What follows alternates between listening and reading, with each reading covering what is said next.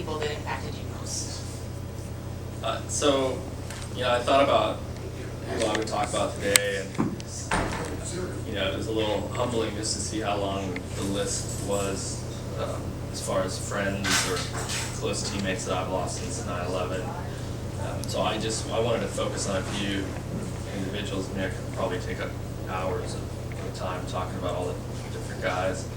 So just, guys that also, I'm writing a book called Lost Heroes, and these guys are guys that I chose to be in the book, and really this show and that book is not meant to be a downer. It's like to really showcase these amazing lives and the positive impact that they've had on all the people, from friends, family, teammates, and also lessons that everybody can take away from these amazing people. So first I want to talk about Matt Axelson, and I know Dan has a special connection to Matt as well.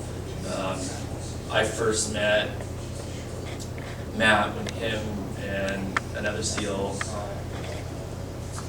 Morgan Luttrell, which is Marcus Luttrell's twin brother.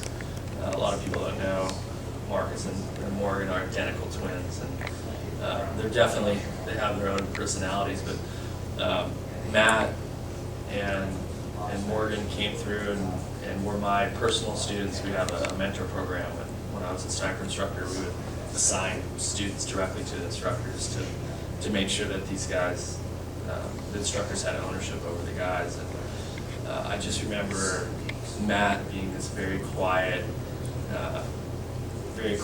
and stoic individual, and he was one of those guys, as an instructor, a lot of times you have to tell people or students several things, a few times before they get it, but Matt was like instantly, you tell him once and he just got it and got it done, and he was one of the better students that I've ever had. And just as an instructor, a few months later, putting Marcus Luttrell through the sniper course, and then seeing these guys go, and months later go to Afghanistan, and we all know what happened with Operation Red Wings, and just to hear about how Matt was just, how he performed on the battlefield, and just the sacrifice, amazing, his last moments, it just really, words can't even describe it. I don't know if you have anything to say, because you were a part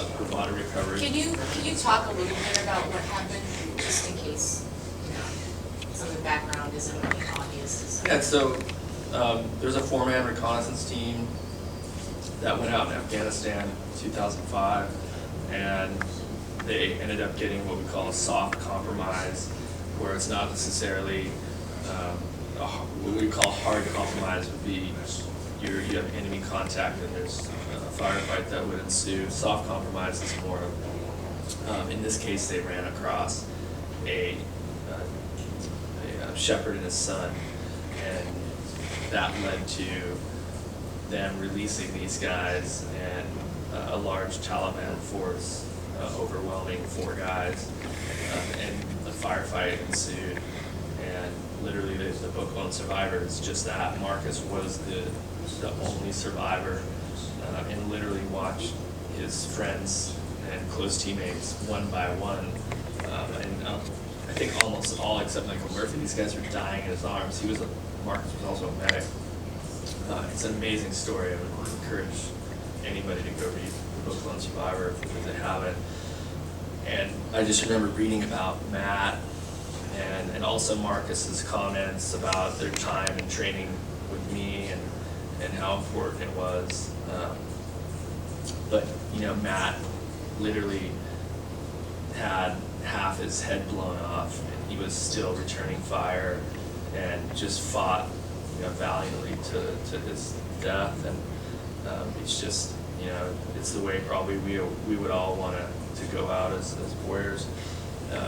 And then for me to see Marcus Luttrell a few years later at an event and have him come up and give me a big man hug, and he has tears in his eyes, and I'm like, what's wrong? And he's just like, you don't understand, like that sniper course that you put me through, it saved my life. Like I would not be here today. So, yeah, I have, Matt is just one of those special students that I remember and felt a connection with, and I still am in touch with his mother, Donna Axelson, and I'm working with her. She built this beautiful memorial to veterans up in Cupertino, California, right here. You guys can see. In her, the amazing thing about Donna, she didn't want to make it all about Matt. She said this should be a memorial to all veterans, and I thought that was pretty neat of her to do that. So Matt's somebody that I remember and I wanted to talk about today. And then Dan and I was talking earlier. You know, he has a connection to Matt as well. And I don't know if you want to get into that. Actually, I would. It's interesting. I was telling Brandon, I was looking at this picture, and it's not the first time I've seen this picture. I was actually down in Kandahar at the time when it was called up. I spent 21 years as a pararescueman, and that commission became a combat rescue officer. And as a combat rescue officer, my job was being the expert in DoD for all personnel recovery actions. And so when Operation Red Wing went down and these guys were compromised, we were called up, or I was called up along with a couple H-60s and some other folks to go up, and my job was to orchestrate the rescue and recovery operations of the SEAL team that had been compromised.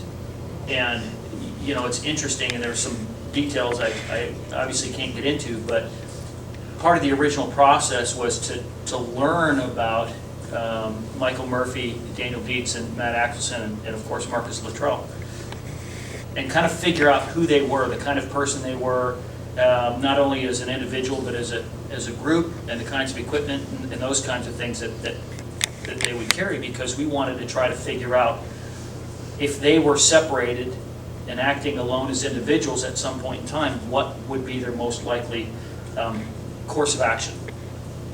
And when I looked at this picture, it sent shivers up my spine and almost brought a tear in my eyes, and I'm not a very emotional kind of guy. I kind of keep things bottled up inside a little bit, but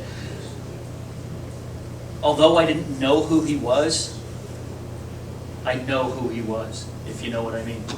And these guys were absolutely amazing. Most people don't know when Brandon says it was a large force. I'll use the term large forces and overwhelming. And they were getting it literally from all sides. They fought like enraged animals for their lives. And they did an amazing job. And it's unfortunate, the end, but they were all incredibly amazing people. And I met Marcus for about 5 minutes after he got off the airplane, and then of course they take him off to do some other things. But the story that comes to mind is, as each one of the bodies were returned, I went out, I made sure that I went out and actually helped to take them off of the recovery helicopter and escort them to the local mortuary, which was just off the tarmac. But I remember feeling a sense of relief that we had finally recovered Axe, because it was such, I mean, it didn't sleep for 3 days trying to figure out, what they would have done. Are they still alive? Because there's a lot of information that was really kind of cluttered, and so we really didn't know whether or not he was alive or deceased. So there's a lot of release, but then there's a lot of remorse. It was like losing a very dear friend. And so when we went out, there was 3 pararescuemen and 2 Navy SEALs, and we went out and took the body bag off the helicopter. And of course, our guys always drape the body bags with the American flag. We always want to honor our soldiers. as we brought Matt Axelson's body, we lifted it from the helicopter. You know, we've all been around H-60 helicopters, and they're really loud. But for some reason, at that particular moment, it's like there was no sound.